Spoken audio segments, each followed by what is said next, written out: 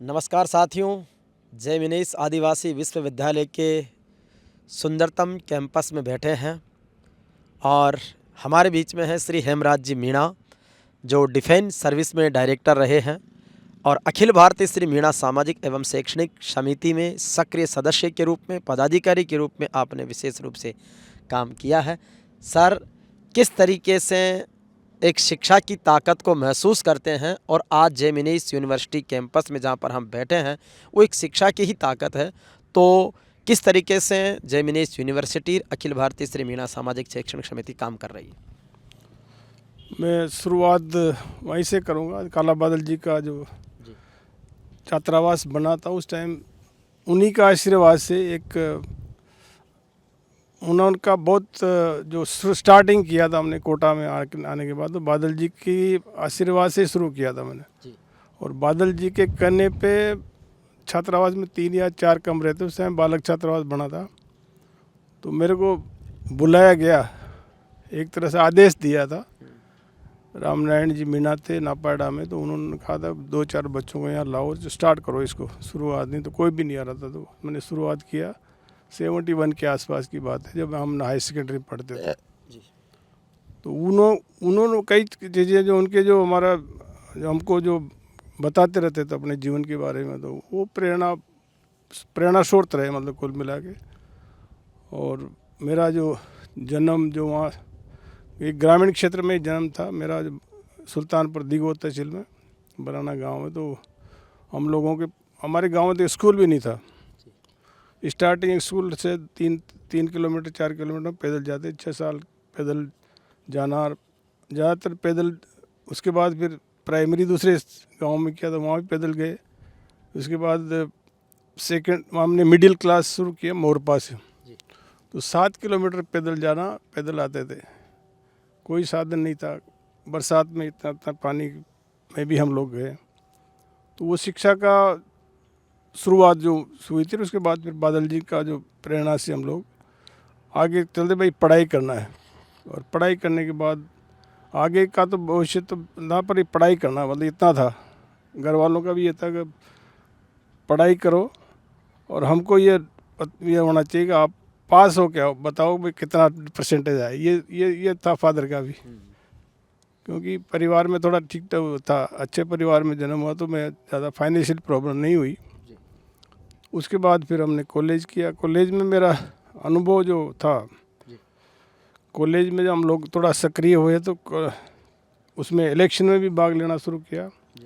तो कॉलेज में मैं मतलब 77 या 78 में एमए में जब हम लोग इतिहास में एमए किया मैंने, तो वहाँ से शुरुआत हुई थोड़ा सोशल वर्क करना, फिर उसके बाद एक्टिविटीज़ करना, कोई पार्टिसिपेट करना कोई चीज़।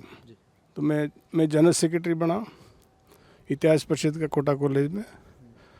और अध्यक्ष जो है वो राजेश बिरला, जो ओम बिरला का बड़ा भाई है, वो अध्यक्ष बना। तो हम लोगों ने फिर शुरुआत किया उसमें सामाजिक प्लस एक्टिविटीज़ में पार्टिसिपेट करना। ऐसे पॉलिटिकल का मेरा कोई हिस्सा नहीं था, शुरू से नहीं था, तो वो चलता रहा। उसके बाद LIC ज्वाइन किया मैंने। LIC 79 में ज्वाइन, 79 में ज्वाइन कर लिया था। 80 में एग्ज़ाम दिया यूपीएससी का एग्ज़ाम के बाद में सेंट्रल सेक्रेटरीट सर्विस मिला, और एक ग्रुप बी में मैंने यूपीएससी से क्वालिफाई करके LIC छोड़ के मैं उधर चला गया। उसके बाद दिल्ली में भी ऐसा नहीं था कि दिल्ली में पार्टिसिपेट किया सभी संस्थाओं में। और मेरा जो उस टाइम जो एक्टिविटीज़ देख के मेरे को एक होम मिनिस्ट्री से एक लाइजन ऑफिसर होता है एक एरिया का, तो मैं लाइजन ऑफिसर नॉमिनेट हुआ मिनिस्ट्री ऑफ होम अफेयर से, भारत सरकार के गृह मंत्रालय से। एरिया वेलफेयर ऑफिसर, जो वो बाकी जो उसी एरिया की गवर्नमेंट एम्प्लॉइज़ को वेलफेयर देखता था, उसमें पार्टिसिपेट किया। मतलब कुल मिला के मेरा जैसा कोई ईयर नहीं रहा जिसमें मैंने पार्टिसिपेट नहीं किया और संस्था में कोई काम नहीं किया हो। दिल्ली में रहा, और जयपुर, मतलब कोटा से लगा के जयपुर, फिर जयपुर के बाद दिल्ली। सर्विस आपकी ज़्यादातर दिल्ली रही? और दिल्ली मेरा कर्म भूमि मेरी ज़्यादा दिल्ली रही। मैं 80 बेस था मेरा, 82 में ज्वाइन किया, और 2014 तक मैं दिल्ली में रहा। तो ये इस बीच का जो पीरियड था वो उसमें मतलब पार्टिसिपेट कोई संस्था में हम लोग जुड़े रहे। और मैं कंटिन्यू 2000 जो रेजिडेंट वेलफेयर एसोसिएशन होती थी, गवर्नमेंट एम्प्लॉइज़ का एक सेक्टर होता था, तो उसमें अध्यक्ष रहा मैं कंटिन्यू 11 साल। उसके बाद 14 में रिटायर हुआ, और 14 के रिटायर के बाद फिर आपका यहाँ आने के बाद हमको ये नहीं सोचा था कि हम लोग क्या करेंगे। बोले यार वहाँ गांव में रहेंगे, क्या करना है। आते ही मैं पहले से वैसे आरडी साहब को नहीं जानता था, सही बात जो मैं आपके सामने इसमें ये बताना चाहता हूँ कि मैं ज़्यादातर मेरा फील्ड में था, मेरा एक्टिविटीज़ थे, पर मैं इनके नॉलेज उसमें नहीं था, परिचित में नहीं था। तो ये धर्मशाला बन रही थी, तो मेरे जयपुर में वहाँ कोर्ट मेरे पास आए थे दिल्ली, तो वहाँ से कलेक्शन का करना था, और वो शुरुआत ही किया था धर्मशाला का उसमें। तो मेरी मुलाकात इनसे हुई, तो इन्होंने देखा या मैंने देखा कि हम लोग मतलब शुरू करेंगे कि रिटायर के बाद क्या करना है। धर्मशाला शुरू किया, 3 लाख रुपए मैंने उसी टाइम कंट्रीब्यूट करा के दे दिया। तो उस टाइम फिर ये वहाँ से 14 में आने के बाद फिर हम कंटिन्यू रहे। हमने 9 बजे से क्या मतलब 2, 4, 5 साल कंटिन्यू कोटा का प्रोजेक्ट था, प्रताप नगर का प्रोजेक्ट था, उसके बाद ये जो आपका धर्मशाला, तो कंटिन्यू हमने चलाई भी इस धर्मशाला 3 साल तक कंटिन्यू चलाई, साथ बैठ के यहीं से चलाई मीना सामुदायिक भवन से। तो इस तरह का ये जर्नी रही और अच्छी रही, अच्छा अनुभव रहा। जहाँ तक शिक्षा का बात है, तो शिक्षा में तो हम लोग जितना हम लोग कंट्रीब्यूट कर सके वो हमने किया है। और दिल्ली में भी हम लोगों ने उसका जो पार्टिसिपेट करके उसमें जो कंट्रीब्यूशन करके हॉस्टल का निर्माण अभी चल रहा है, और उसका प्रोजेक्ट थोड़ा लंबा हो गया। पर यहाँ आने के बाद ये अनुभव हुआ कि हमारा जो समाज यदि जागृत है, हमारा समाज का एक सब मतलब समझदार हो गया, अब तो पढ़े लिखे भी हो गए उससे, तो कोई भी काम हम हाथ मिले तो उसको कर सकते हैं, पूरा टाइमली कर सकते हैं।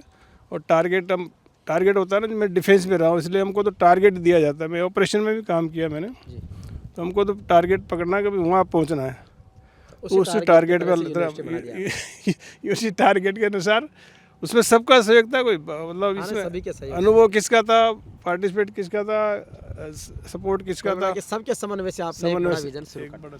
बिल्कुल सर, तो बहुत बहुत धन्यवाद।